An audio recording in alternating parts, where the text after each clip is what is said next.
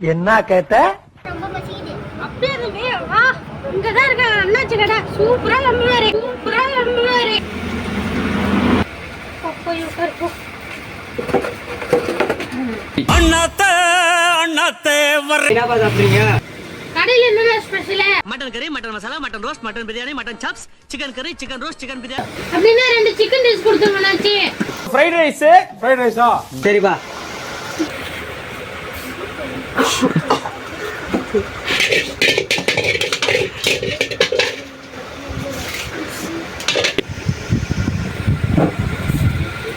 இல்லப்பா சாப்பிடுங்க. சாப்பிடு. இப்போ விட்டா ஏதாவது நோண்டிக்கிட்டே இருக்கணும்.